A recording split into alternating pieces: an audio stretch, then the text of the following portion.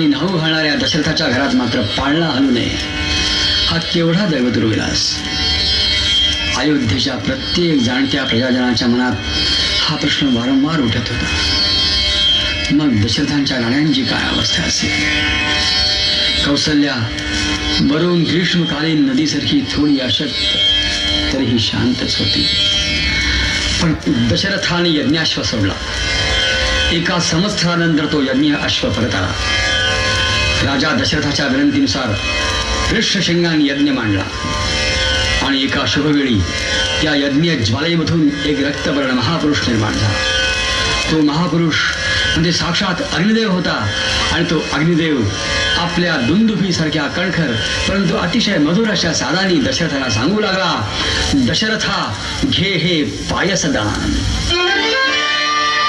Dasharatha